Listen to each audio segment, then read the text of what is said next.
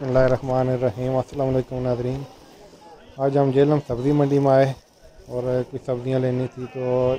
इधर हम घूम रहे थे तो अचानक मेरी नज़र एक ऐसी शख्सियत पर पड़ी जो हमारी कौम के बहुत बड़े हीरो, ये आप देख सकते हैं इनको। ये पटवारी ड्रामों के बहुत बड़े फ़नकार हैं। पटवार के ड्रामों में इन्होंने बहुत काम किया है, जिनमें खुशियाँ, नकम्मे पुत्र, मैं जुलिया इंग्लैंड और इस तरह के बहुत से ड्रामे हैं जिनमें इन्होंने काम किया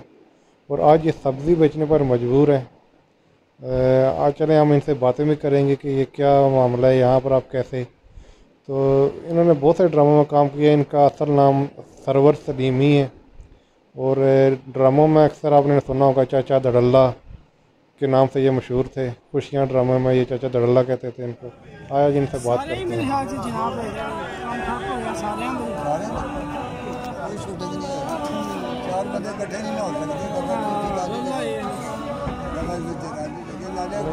बैठ कर पिक्चर बनाई, वीडियो बनाई और उन्होंने पिक्चर बनाने पर हमारा शुक्रिया अदा किया।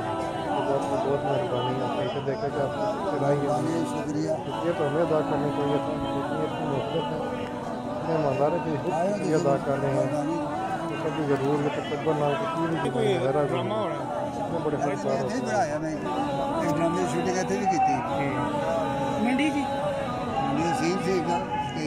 मजदूरी कर रहे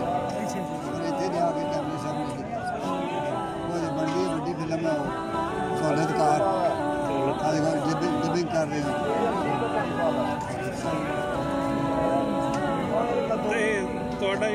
ਤੁਹਾਡੀ ਸਾਰੀ ਕਮਿਊਨਿਟੀ ਮਤਲਬ ਜਿਤਨੇ ਤੁਹਾਡੇ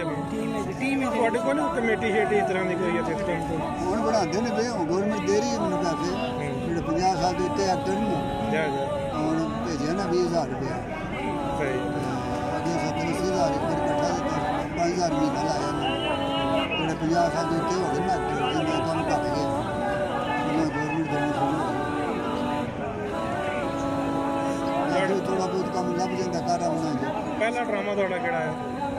पहला 1971 में किया था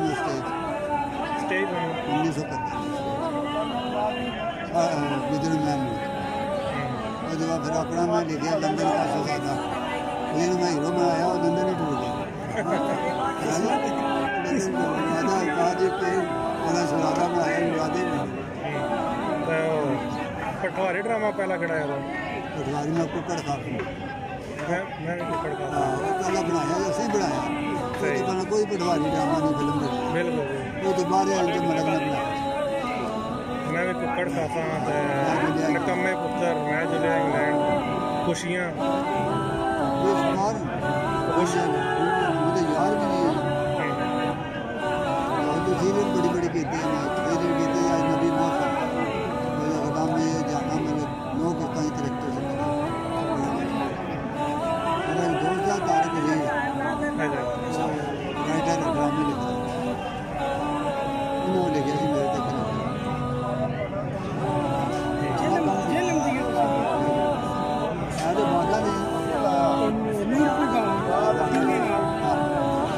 ड्रामा ही है जंगल फूकी मैं थोड़ी शूटिंग हुई डेरे का हुई कि घोड़े मर गया ਉਹਦੇ ਡੇਰੇ ਤੋਂ ਹੋਈ ਸੀ ਲੰਗਰ ਡੇਰੇ ਚੰਗਾ ਸਾਰਾ ਦੁਸ਼ਮਣ ਜਿਹੜੀ ਬਣਾਈ ਉੱਥੇ ਬਣਾਈ ਅੱਗੇ ਨਾ ਆਨਸਰ ਵੀ ਆ ਗਿਆ ਜਾਂ ਉਹ ਵਿੱਚ ਹੈ ਨਾ ਚੌਧਰੀ ਬਣਿਆ ਤੇ ਤੁਸੀਂ ਕਲਾ ਜਾਇਨ ਕੀਤਾ ਮੈਂ ਕਿਹਾ ਯਾਰ ਜ਼ਿੰਦਗੀ ਦਾ ਕੋਈ ਪਤਾ ਨਹੀਂ ਤੇਰੀ ਯਾਦਗਾਰ ਨੂੰ ਆਜਾ ਕੀ ਕਰਦੇ ਹੋ ਮੈਂ ਕਿਹਾ ਆਪਣੇ ਘੋੜੇ ਤੇ ਆਏ ਚੰਗਾ ਬੰਦਾ ਅਰੇ ਉਹਦੇ ਗ੍ਰਾਂ ਨਹੀਂ ਲੰਗਰਪੁਰ ਦੇ ਆਂਦੇ ਬੜਾ